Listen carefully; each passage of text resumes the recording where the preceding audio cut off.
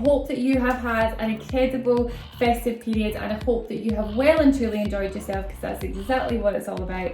Today I am back with an educational video all about nutrition in January, because this is such a vulnerable time for many people where we start to consider health and wellness goals. And for a lot of people, they may have tried previous diets, or you get caught up in all this misinformation and the new craze that's on social media, and it's so easy to get caught up on this. One huge misconception that many people make is that when starting a new health and fitness journey, regardless of the goal, that they have to cut all the foods out that they have in the house. So if you've been gifted with nice boxes of chocolate, nice biscuits around this time of the year, I see two things. One, people just throw it all out, or people overeat on it because they think that they have to get rid of it before they get started. That is very common for a lot of people. But I have good news, and you do not have to do that, even if your goal is specifically to lose body fat. In order for you to have a nice, healthy, balanced diet, and when I refer to diet, I mean the foods that we consume, you want to have a healthy relationship with food in order to have a healthy diet.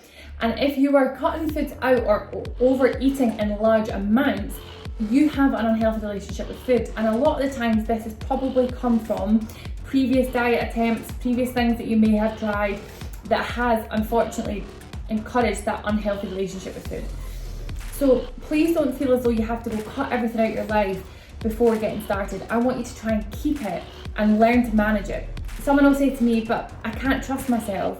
And the thing is, if you don't learn to trust yourself now, what happens in 10 years time if you've not learned to do it now? You're only going to be in the same boat. Sometimes, admittingly, I don't often buy these things in my kind of normal day-to-day. Sometimes I'll have like maybe a small biscuit, like a Kit Kat or a Blue Band, they're my favourites. And I will buy them in, and I enjoy a little kind of biscuit with my cup of tea midday or coffee or whatever. But sometimes when we do have all these things in the cupboard, it can serve as a reminder, and sometimes we then just have it because it's there rather than actually choosing to have it. Because I don't buy it in a lot, if I do want it, I will go get it, especially around Easter when the cream eggs are back on the shelves. I love the cream egg. So I will buy it if I want it, but sometimes actively buying it every single week as part of your weekly shop only just creates reminders, and you're having it but you don't really want it. So there is a difference. I don't want you to just start thinking that you have to clear out all your shelves and start binning everything and over consuming it just to get rid of it. Restricting your food is something that we don't want to do at any stage of our journeys, regardless of goal, because if we restrict food, we tend to want it even more, and this really does contribute to having an unhealthy relationship with food.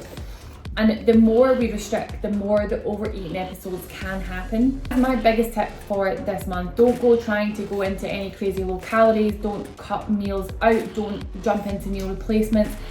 Please, please, please just know that fast fat loss or trying to improve your health through these ways is all myths and misconceptions. Another one is that detoxing, we have our own organs in our body that help us detox. So please don't go cutting things out. Please don't go on big detoxes. You don't need to do any of that. Just start moving the body, get some fresh air.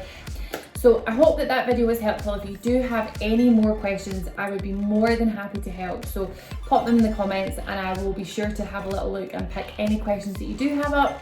And enjoy the rest of your week. I hope that, as I say, you've had an incredible festive period. Don't feel any guilt around the food that you enjoy. At the end of the day, it's there to be enjoyed, and there's no need to have any guilt around it. Enjoy, and I'll see you soon. Bye!